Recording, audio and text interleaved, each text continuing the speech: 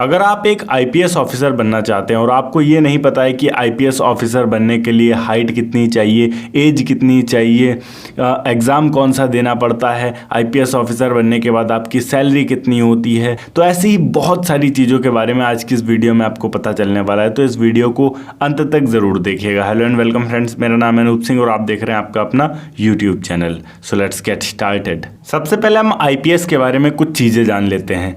IPS गृह मंत्रालय यानी कि होम मिनिस्ट्री कैडर के अंतर्गत आता है, क्योंकि ये पूरी तरीके से होम मिनिस्टर के द्वारा ही कंट्रोल किया जाता है। इसके अतिरिक्त यहाँ पर अगर किसी को एसपी या एसीपी जैसे पोस्ट पर जाना है, अधिकारी बनना है, तो उसके लिए आपका आईपीएस क्वालिफाइड होना ज़रूरी है, तभी आप इन पदों पर जाते हैं। हालांकि आप पीसीएस के थ्रू भी जा सकते हैं, पर उसमें काफ़ी ज़्यादा समय लगता है। छोटे पद से प्रमोशन के थ्रू आप वहाँ तक पहुँचते हैं। बट अगर आप डायरेक्ट पुलिस विभाग के काफ़ी ऊंचे पदों पर जाना चाहते हैं तो उसका एक ही विकल्प होता है, आईपीएस, इंडियन पुलिस सर्विस। और अगर आपको ये पद एक बार मिल जाते हैं, उसके बाद आपके जिले की या फिर आपके क्षेत्र की पूरी कानून व्यवस्था आपके अंतर्गत होती है। सबसे पहले हम यहाँ पर रिक्वायरमेंट की बात करते हैं। आपकी उम्र 21 वर्ष से लेकर 32 वर्ष के बीच में होनी चाहिए, और यदि आप SC ST से बिलोंग करते हैं तो आपको यहाँ 5 वर्ष की छूट दी जाती है।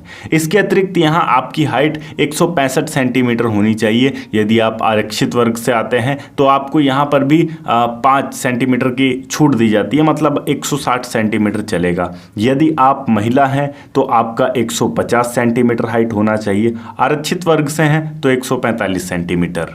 आपका चेस्ट मिनिमम 84 होना चाहिए अगर आप मेल हैं, और अगर आप फीमेल हैं तो 79 मिनिमम है। आपकी आई विजन 6/6 या 6/9 होनी चाहिए, और यदि आपकी आंखें कमजोर हैं तो 6/12 या फिर 6/9 होनी चाहिए। चलिए, ये तो ही रिक्वायरमेंट्स। अब बात करते हैं आईपीएस बना कैसे जाता है। सबसे पहले आपको किसी भी मान्यता प्राप्त बोर्ड से 12th पास करना है। 12th के बाद आपको ग्रेजुएशन में एडमिशन लेना है। ग्रेजुएशन किसी भी फील्ड से कर सकते हैं आप, BA कर सकते हैं, BSc कर सकते हैं, BTech कर सकते हैं, या फिर अगर आप 5 साल का BA LLB कोर्स करना चाहते हैं तो वो भी आप कर सकते हैं।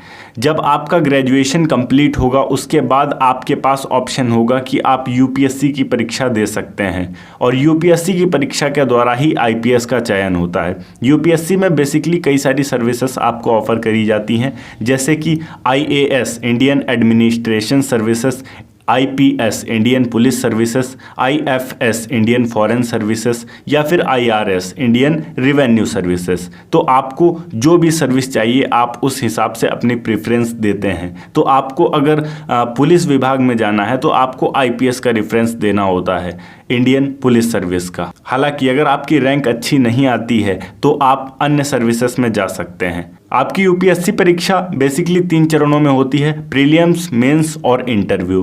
प्रीलिम्स में आपको ऑब्जेक्टिव क्वेश्चंस मिलते हैं। इन ऑब्जेक्टिव क्वेश्चंस में आपकी नेगेटिव मार्किंग भी होती है, जिस वजह से काफ़ी सारे लोग इसी परीक्षा में लटक के रह जाते हैं। दूसरा होता है मेंस। मेंस में आपको सब्जेक्टिव क्वेश्चंस मिलते हैं जिनमें आपको लिखना होता है। इसमें आपको ऐसे भी लिखना होता है, GS यानी कि जर्नल स्टडीज़ के भी काफ़ी सारे क्वेश्चन आते हैं, और इस परीक्षा को भी बहुत कम लोग पास कर पाते हैं। देन इसके बाद आता है आपका इंटरव्यू, जिसे हिंदी में साक्षात्कार कहा जाता है।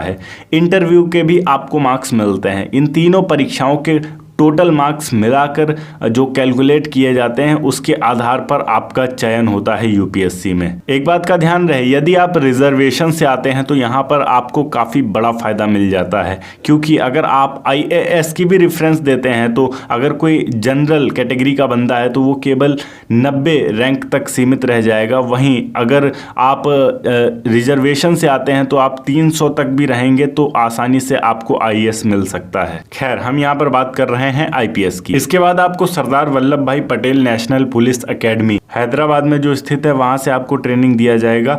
उसके बाद आप बन पाएंगे एक पुलिस ऑफिसर। अब यहाँ पर अगर हम सैलरी की बात करें तो सैलरी आपकी 56,000 से शुरू होती है जब आप DSP होते हैं, और उसके बाद ये मैक्सिमम DGP या CBI में अगर आप चले जाते हैं तब तक जाते जाते आपकी लगभग 2,25,000 रुपए तक हो जाती है। तो मैं यही उम्मीद करता हूं कि आपका भविष्य उज्जवल हो और आप एक ईमानदार आईपीएस ऑफिसर बने। अगर वीडियो अच्छी लगी हो तो वीडियो को लाइक करके चैनल को सब्सक्राइब जरूर कर दीजिएगा। मैं मिलता हूं आपको नेक्स्ट वीडियो में एक नए टॉपिक के साथ। तब तक के लिए जय हिंद, वंदे मातरम।